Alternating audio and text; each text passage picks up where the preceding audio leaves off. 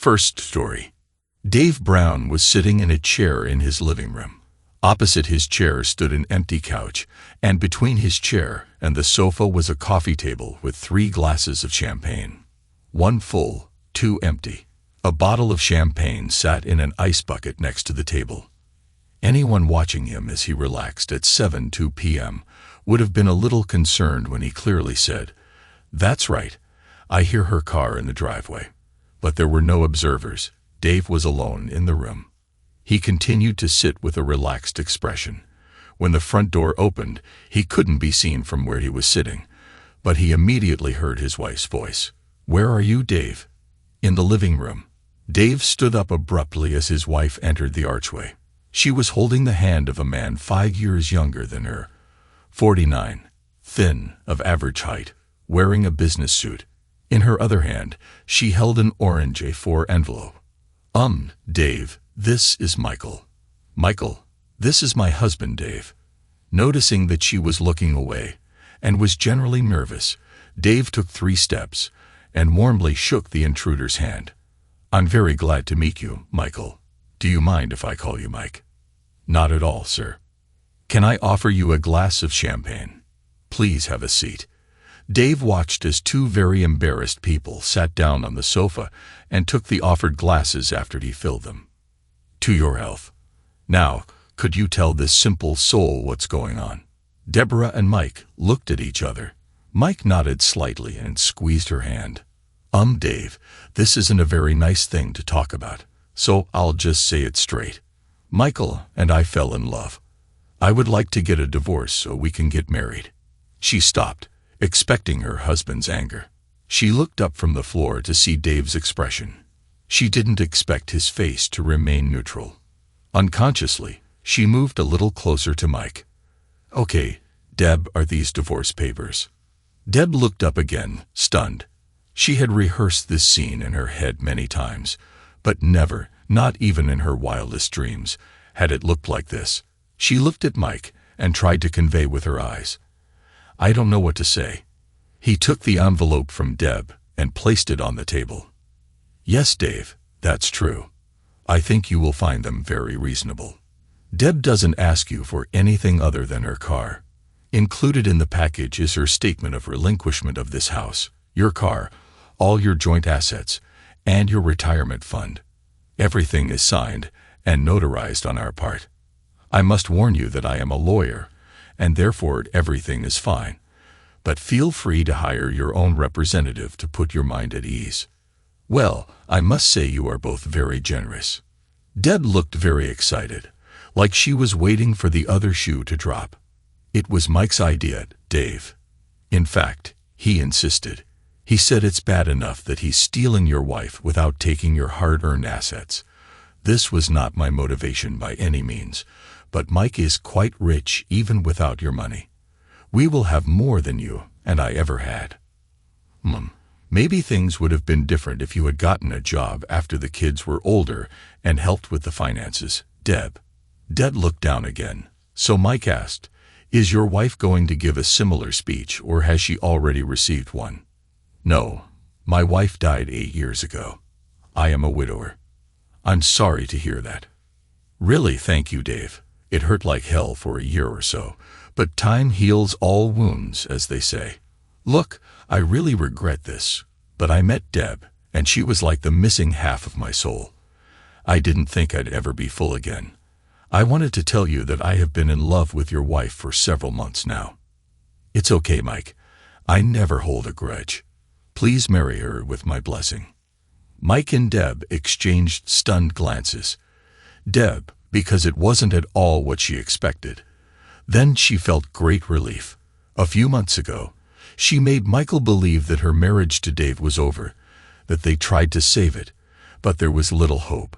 She knew that the weak point in her plan was Dave's reaction, which could make Mike realize that this was not entirely true. That's why she begged Mike to do it without confrontation. Mike insisted that real men solve problems head-on. He did not give in to persuasion. Mike was stunned because even after Deb told him that her marriage was on its last legs, he expected a more angry reaction from Deb's descriptions. He formed a mental image of Dave from what she said. He was a large, uneducated man who was used to solving problems with his fists. Mike toyed with the idea of bringing a bodyguard with him tonight, but eventually dismissed the idea. In the depths of his soul, he thought that if the offended husband hit him a little, it might ease his own conscience. His own sense of decency weighed on him. "So, Deb, I assume you met Mike at one of your girls' parties." Deb nodded toward the coffee table. "One of those girls' nights out that you assured me was completely harmless and didn't threaten our marriage when I asked." This time, Deb nodded toward the floor. "I think this is a lesson for you, Mikey boy." Mike looked at Deb. Deb's gaze moved to an area of the floor a little further away from Mike. "So what happens to people now? Come on, Deb, you have to have a plan.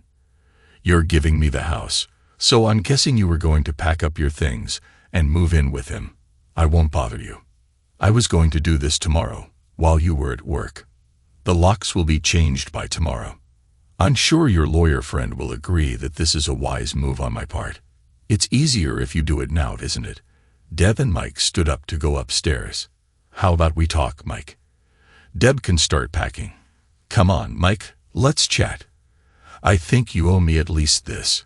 Deb was torn between wanting to avoid this truly awkward situation and having to bear witness to everything that was said. In the end, Mike made the decision for her, sitting back down. "Go, Deb. I promise not to hurt him. I just want to chat until we get divorced. I will feel responsible for your safety. I just want to make sure he has your best interests at heart. Besides, you made the decision to leave me. I don't see the point in trying to talk you out of it. Our marriage is obviously dead." Both men watched her walk up the stairs and disappear. "I must say you are very reasonable, Dave." "It's okay, Mike. Between you and me, I haven't felt Deb's love for about a year now. I guess that's when you met. It will indeed be a relief. I have no desire to condemn both of us to a loveless marriage." "That's still very nice of you, Dave." "You're welcome, Mike. Now, as a lawyer, you know that whenever you sell a car or house, you are legally obligated to point out any known defects to the new owners." Mike laughed. "Well, slavery is dead, and I don't think Deb would like being seen as property that needs to be transferred. But I see what you mean, Dave." Dave smiled too. He correctly guessed that Mike was an intelligent and decent person. "Okay, now please believe that what I'm about to tell you is not dictated by malicious intent. I just want to point out some of Deb's flaws that may not be obvious after a year of dating. Besides, her future happiness is important to me. After all, I've loved her for 27 years. I would also like to share everything that I tried to do to make her happy but obviously failed. This way, you will know not to waste your time on the same thing." Mike nodded. He knew that what was about to happen probably wouldn't be entirely altruistic in intent, but he felt he had an obligation to listen to this innocent man. "Right? I'm guessing Deb is back on the pills." Mike nodded again, feeling a little awkward.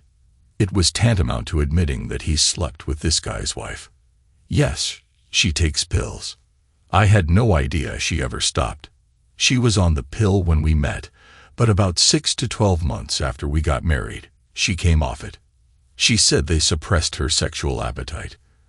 From then on, it was condoms for me. I can't stand these damn things.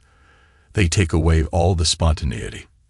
And I don't know about you, but I struggle to get by without them." "Yes, I know what you mean, Dave." Then, when we decided to stop at 2 children, she started using condoms as an excuse not to make love as often. I begged her to go back on the pills, but she refused, saying she didn't want to swallow artificial chemicals every day. Since then, our lovemaking has dropped from several times a week to several times a month, then to 0 about. "Yes, about a year ago." Mike didn't answer. He knew Deb was very careful about what food she ate and chose chemical-free options wherever possible. Sex with her was still exciting and happened at least 3 times a week, even with restrictions on their meetings. "I know this is very ungentlemanly, Mike, but I want to know if my wife satisfies your sexual needs, because I was denied a lot of things, and then we stopped having sex completely until recently. I just got tired of getting knocked down and stopped asking. Maybe you'd like to write in your diary to keep track of any sudden lows every month or so." Dave paused so Mike could add something, but Mike didn't take the opportunity. And here's another thing that I noticed only a couple of years after our wedding. One day I looked around and suddenly realized that almost everything I owned before Deb was gone. A bed, clothes, a sofa, and photos of old girlfriends. Although, to be honest, I found them in the attic. I don't know if all women do this or if it's just Deb, but it was as if she wanted to clear the nest of previous female influences. Again, Dave paused, and again, Mike remained silent. He thought about his new bed and sheets. Then he remembered his conversation with Deb a week ago about the portrait of his first wife, the woman he loved dearly until circumstances cut her out of his life. "I hope you're better at spotting her lies than I am, Mike. Just 3 weeks ago, I asked if she still loved me and if things were good with us. She looked me straight in the eye and said yes. She did the same thing she always did, looked me in the eyes until I broke eye contact. I can't believe it only took 3 weeks to fall out of love so much." Mike reeled slightly from the surprise of this conversation and from all the information Dave was trying to force him to absorb. Something about those last 2 sentences was alarming, but he didn't have time to pinpoint the source. So he focused on the only aspect he could absorb. "Don't worry, Dave. I am a lawyer.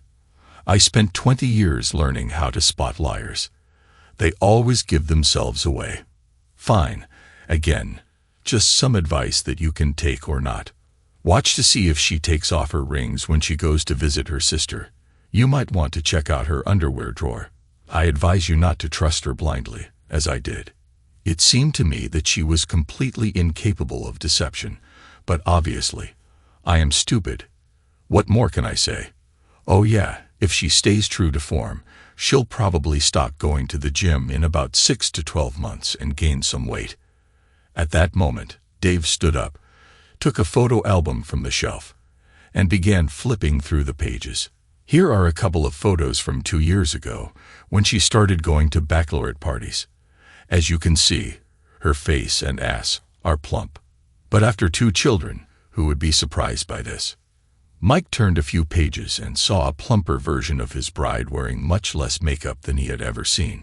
He was a little taken aback by the difference a little makeup made. He continued flipping through the pages. "Is this Deb's mother I see? A strong resemblance.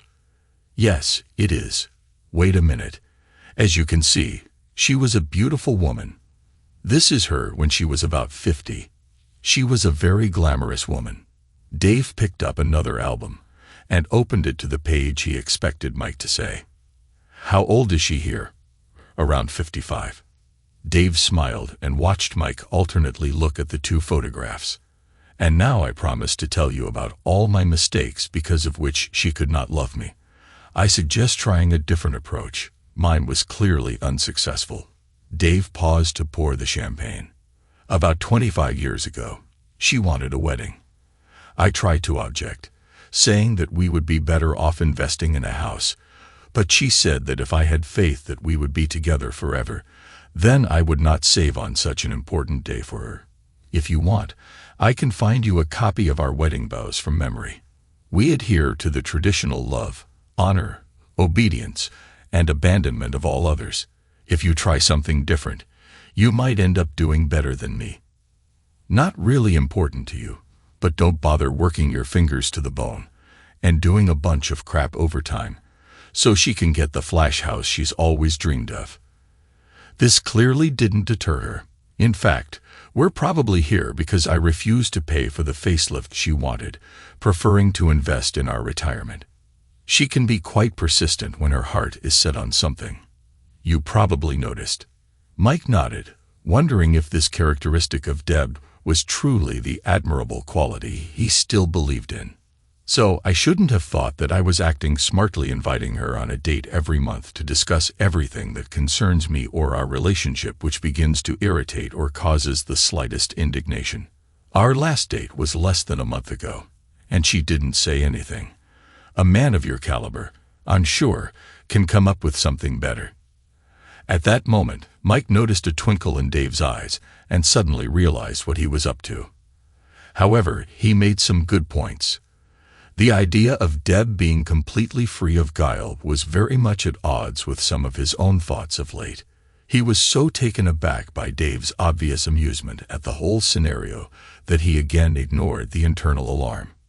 Dave continued to talk even though they both obviously knew Deb had stopped coming down the stairs once she was within earshot. "Keep an eye on the lists of things she plans to remove from the house. This is a good hint that she already disdains the marriage and is looking for a replacement. It won't change much about what happens, but it will allow you to prepare for the endgame she has planned and encourage you to start digging for more evidence." Mike blinked and looked around. For the first time, he saw 3 champagne glasses and an ice bucket, a clear indication that all 3 present knew about today's meeting in advance when there should have been only 2 of them. His usual highly observant nature missed the clues. Dave watched Mike's eyes dart. "Yes, I knew it would be today. Deb called me twice today to make sure I would be home by 7. Mike tore his eyes away from Dave and looked to where Deb was halfway down the stairs. Deb resumed her descent, clearly pretending that she had not heard the last minutes of the conversation. "Dave, do you want to talk about which family photo I can take now or some other time?" Dave ignored her and leaned towards the opposite couch, never taking his eyes off his rival. "The last thing I did wrong was forgive Deb when I first caught her cheating on our marriage," Dave admitted. "What? When?" Mike asked. "No," escaped Deborah's lips as she retreated into the kitchen. "Yes, it was right after the birth of our second child. I forgave her because she and our counselor convinced me that it was an isolated mistake caused by postpartum depression. I often wondered if I was too soft on her. Perhaps a tougher line at the time could have prevented a recurrence. I justified my actions by saying that I was acting in the best interests of the children. They grew up to be good people, so I hope I did right by them. For her sake, I hope that you will be generous enough to forgive her when your time comes." "I don't know what to say, Dave." "You don't have to say anything, Mike. Just answer me. Look into your heart and ask yourself if you would forgive your late wife if you found her as your lover in your own bed for the first time." Mike lost his composure. He leaned forward, and out of the corner of his eye, Dave noticed some movement and saw pale-faced Deborah standing in the kitchen doorway. "My wife would never show me such disrespect. We loved each other too much." "Wait a minute, you said the first time Deb cheated on me. Were there other times?" "No, only twice, then and now." Deb ran out of the kitchen, screaming desperately, "I'm done packing. Mike, if you take my bags, we can get out of here right now." "Calm down, Deborah," Mike said. The last was said in a quiet but inexorable voice. Surprisingly, the voice belonged to Mike. Deb stopped in her tracks. "Mike, Deborah assured me that she didn't cheat because you had an open marriage," Dave said. "Did she look you in the eye when she talked about it?" Mike looked at Dave, then at the cowering Deb, then back at Dave. Dave saw in Mike's eyes the sudden realization that he wasn't as good at spotting liars as he thought. "What did she tell you about the state of our marriage?" Mike: "She said it's been shaking for a few years, Dave, that you had been seeing a psychologist for a while, but neither of you had any hope." Dave didn't answer, just stared at Mike as he continued talking to fill the void.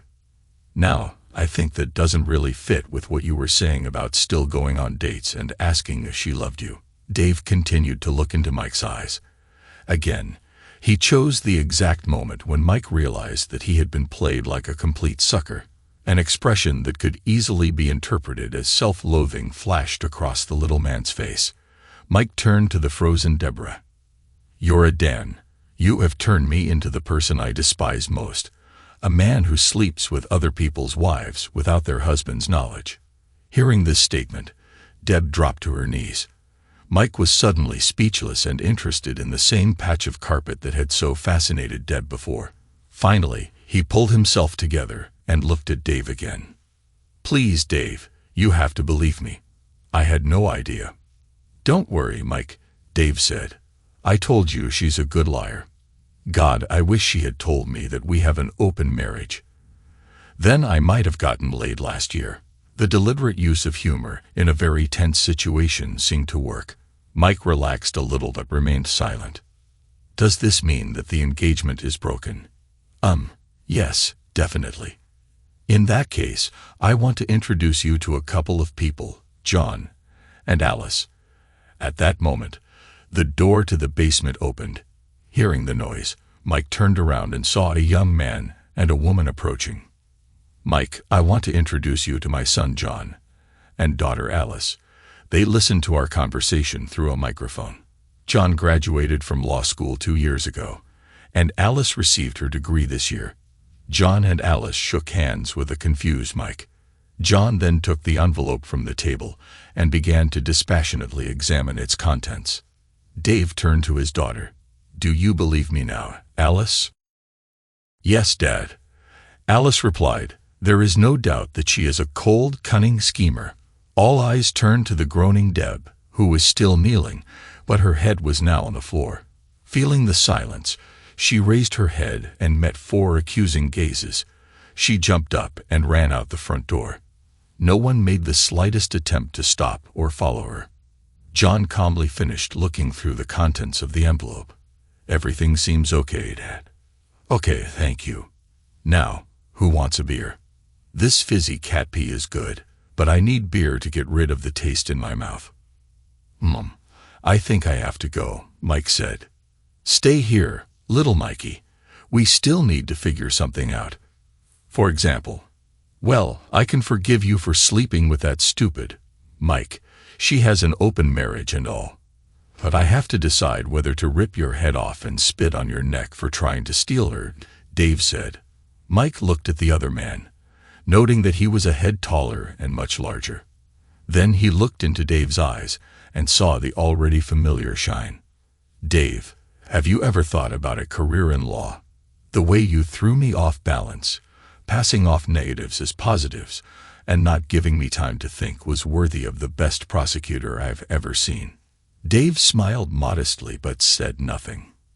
He loved his job and the people who surrounded him at work. "So, for beers?" For the first time ever, Dave looked away until he was sure that the tears that had accumulated in the corners of his eyes had disappeared. He would no longer look into his eyes. By this time, Deb Brown was already 700 meters away. She was walking quickly and accelerating as if her heels were on fire. In this situation, of course, I feel sorry for the children who will eventually understand everything. But is the woman right? Write in the comments. Second story. My name is James. I want to tell you about the time when I met my first love. It all started back in my childhood. It so happened that I was born in a small provincial town where all the neighbors knew each other, so my parents often let me play on the local playground because strangers usually did not hang around. I had many friends, but Lisa held a special place in my heart. We had a lot of hobbies in common, like reading comic books and collecting different toy figurines. I always had fun with her, and soon these feelings started to grow into something more. Even in school, we were in the same class and sat at the same desk. Of course, from time to time, all sorts of disagreements arose between us. At those moments, we would fight or ignore each other. After a while, however, we would get bored and rekindle our friendship. When high school started, we started dating. And this decision was not spontaneous, because I had already been actively courting Lisa for several years. She looked very attractive, so many boys tried to arouse her interest. But I nipped it in the bud because no one could start communicating with her so easily. I was too jealous, and I couldn't let that happen. As it turned out, her feelings were mutual. We liked each other, so there was nothing stopping us. Soon after school, we decided to get married. Of course, such an initiative strained our parents since we were young.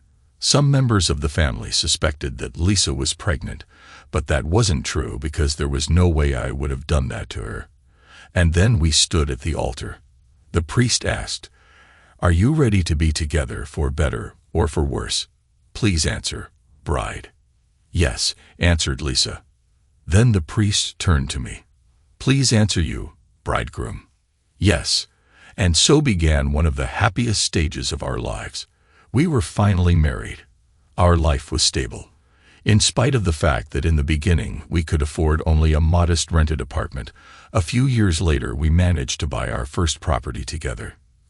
Gradually, I set up a modest business. To be more specific, I managed to open a small restaurant with European cuisine in our town.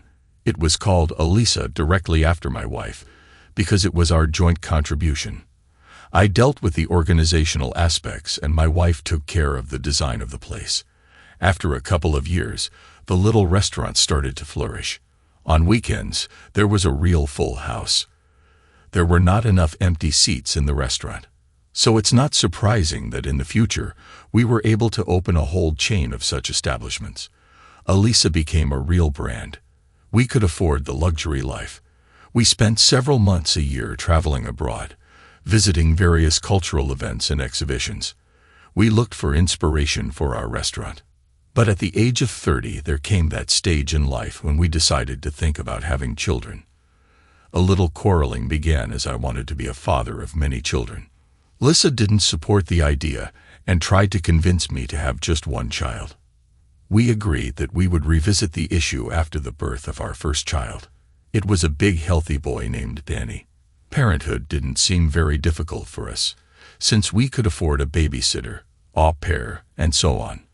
Lisa didn't need to clean other people's diapers, so she got bored very quickly. James? Yes. We need another baby after all, she said. I was pleasantly surprised. Wouldn't it be 3 at once? Lisa looked at me carefully and then nodded affirmatively. 5 years later, there were 6 of us. In addition to the older Danny, Chloe, Jenna, and Sean came along as well. That's when we realized it wasn't going to be easy anymore. Parenthood was starting to weigh on me, but I didn't give up. Somebody had to support my dear wife. It wasn't until my youngest son turned 16 that we could finally breathe a sigh of relief. The kids were grown, which meant they didn't demand as much of our attention. On the contrary, they were trying to separate themselves from us. James, can I talk to you for a minute? My wife came to me one day. Yes, honey. Our neighbor wants us to have a little party on Sunday. What's the occasion? The envelope said they wanted to celebrate the prosperity of their business. If you remember, they have several florist boutiques in town. I wondered, does that mean it will be like a wedding there? What do you mean, James?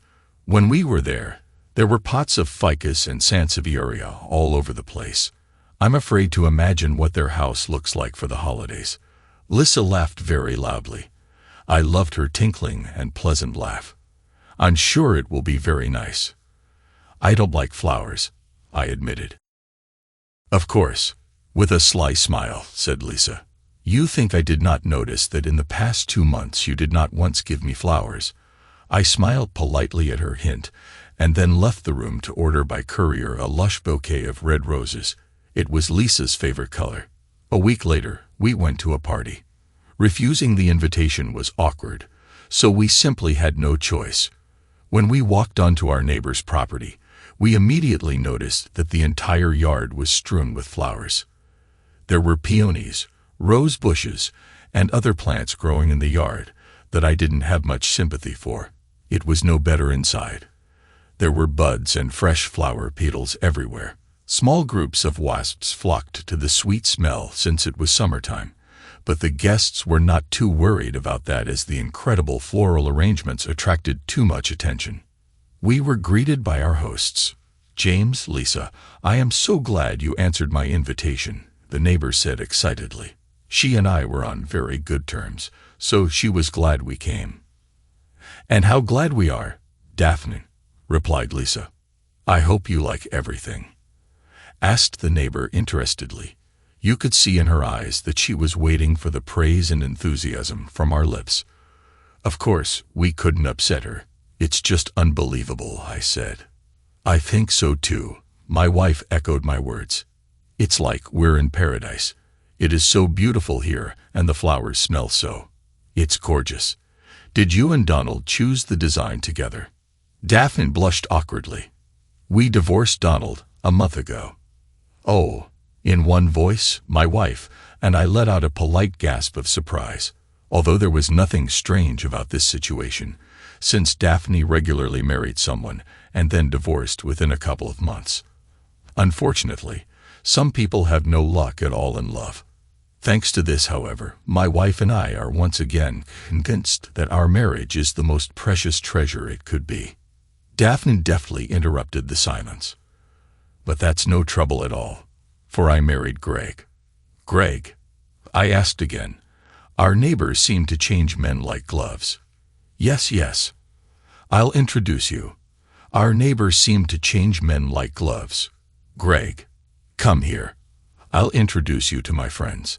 A pleasant-looking man who looked about a decade and a half younger than Daphne came up to us. His tan skin resembled something like a melted bar of chocolate. He walked leisurely toward us as his curly hair fell carelessly over his shoulders. He was just adorable. Even I had to admit it. Displaying his charming smile, he shook my palm, and then kissed Lisa's hand. "My name is Greg. It's a pleasure to meet you." "So did we," my wife answered sweetly. I helped Daphne pick out the floral decorations. I hope you will remember today for a long time to come. After that, Greg went off to meet the other guests. "What do you think of him?" Daphne asked slyly. "He is so young," Lisa said. "Of course he is. That's what interested me." Despite my dislike of flowers, the party was worthwhile. We got to drink a few glasses of champagne and discuss the life of our neighborhood with our rich neighbors. Everything was just charming. However, there's always a little annoyance. My wife was careless and accidentally palmed a wasp. Lisa groaned loudly, and I noticed a reddened bite on her arm. Daphne reacted to the noise and quickly approached us so that we wouldn't frighten the other guests with the situation. "Oh, that damn wasp. I'm sorry, Lisa. It's warm today, so we couldn't keep the windows closed," Daphne said pitifully. Greg came over to us and took my wife's hand. The gesture made me feel dubious, but I decided to ignore it. "Lisa, you need to remove the sting from the wound immediately or your hand will swell even more. Let's go to the bathroom, and I'll help you." "Yes. All right," my wife said frustratedly. I followed them into the bathroom, but Greg stopped me. "Don't worry. I'll clean it up quickly and get your wife back. The bathroom is small, so you won't fit," the young man said with a smile. "Good, I understand. In that case, I'll wait." In about half an hour, my wife returned to me with a bandaged hand. Our stay was spoiled by this incident, so at the first opportunity, we decided to leave. "How so?" "We're still going to have fun tonight," said Daphne sadly. "Lisa's not feeling very well right now. Her palm hurts, so we'll leave early." Whatever. We left. By the next day, the swelling on her hand was almost completely gone. Lisa continued to do her daily activities, that is, to look after her youngest son. I, of course, worked during this time. When I returned from work the day after the party, I managed to catch my wife on the phone. Yes, I'm fine. Thank you very much. I am very pleased." As soon as Lisa noticed me, she immediately said goodbye to her companion and hung up. My wife began to smile at me amiably. "Somebody called." "Yes, Greg called me to ask about my arm." I wondered, why didn't Daphne do it? My wife thought for a while, and then answered my question. Daphne called first. She and I discussed my hand, and she felt guilty. Then she put Greg on the phone because he was worried too. The situation puzzled me a bit. I couldn't understand why the neighbor's husband was worried about my wife's health. "I see. Then I'll go upstairs, Lisa." Good. I went upstairs to the bedroom and thought about the situation for a long time. But it wasn't right to beat myself up with my thoughts, so I decided to ignore Greg's prank. And just as I had forgotten about the situation, 2 days later I noticed this guy at our house. It was very strange to see someone I hadn't invited. Lisa was kindly chatting with Greg in the living room. I was on my way back from work that day.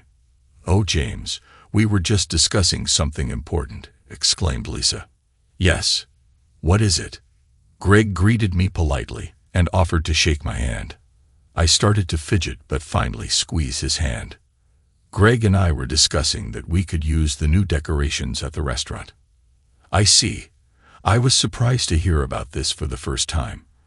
There was a sense of resentment that Lisa had chosen to discuss it with an outsider and not with me. "In that case, I don't want to distract you. I'm very tired after work, so I'll go." "Okay, my loves," said Lisa kindly. From then on, Greg came into my life more and more often. My wife was constantly talking to him on the phone, going to visit him on her own, and doing other incomprehensible things.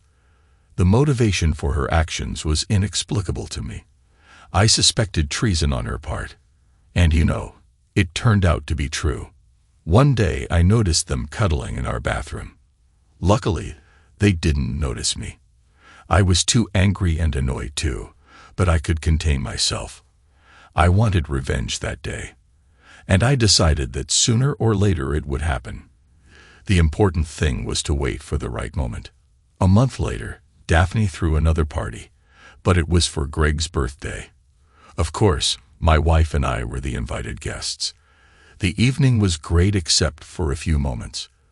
Lisa felt that I had become too cold to her lately, and instead of reconnecting with me, she decided to distance herself from me as well. You could say that our dislike was mutual. My wife and I were talking to the other guests. "James, how's your business going?" "It's going pretty well. We're thinking of expanding again. I'm going to buy a little piece of land by the waterfront to add my restaurant to it." "Wow," Daphne's friend exclaimed. "Your family is slowly taking things to the next level." "James, I'm going to go powder my nose," said Lisa, and then headed toward the restroom. I started to keep a close eye on Greg, who was in the opposite corner of the room. 10 seconds later, he headed toward the restroom too. It was just the right moment. "Daphne, can I talk to you for a minute?" I called to my neighbor. She quickly came over to me. "How do you like tonight, James?" "It's great, but I need to show you something." My neighbor looked at me in surprise. I could tell from her eyes that she was confused. I told her to follow me. We made our way toward the bathroom. It took one long hallway to get there. "James, I don't like this." I pointed my finger at her to keep her quiet. As we approached the restroom, small moans began to be heard. With frightened eyes, Daphne watched me. I turned to her. "I'm sorry. I promise I'll pay you for the door." "What?" Before Daphne knew it, I had my shoulder on the door. The lock snapped and bounced the other way. At first, the neighbor was very angry, but then her expression changed dramatically. Standing inside were a half-dressed Greg and Lisa. Everyone was surprised at this situation except me. I knew what was going to happen next. Daphne is a girl with a difficult temper, as evidenced by her numerous weddings and divorces. She was very hot-tempered, so I wasn't surprised when my wife was dragged by her hair into the living room. Lisa looked at me with pleading eyes, but I showed complete indifference. All the guests watched in amazement as Daphne punched and shoved my wife. I enjoyed watching the spectacle. At the end, when my wife was pushed out of the house after all, it was Greg's turn. It wasn't that interesting to watch, so I left. As it turned out later, Lisa was very offended by my action. This situation seemed like a betrayal to her. I didn't argue with that. The following week we divorced. I didn't want to kick her out of the house, so I left on my own. And my life was very interesting. I went over to Daphne's house a couple of times because I felt guilty about the little furor I had managed to cause. Of course, my neighbor forgave me. More to the point, after all that had happened, we decided to get married. My ex-wife hated me for such an act, but I no longer cared because it was my turn to play with someone else's feelings. Thanks to everyone who took the time to listen to today's stories. If you enjoyed it, please consider liking and subscribing if you haven't already. Feel free to share your thoughts on the events in the comments below. Take care.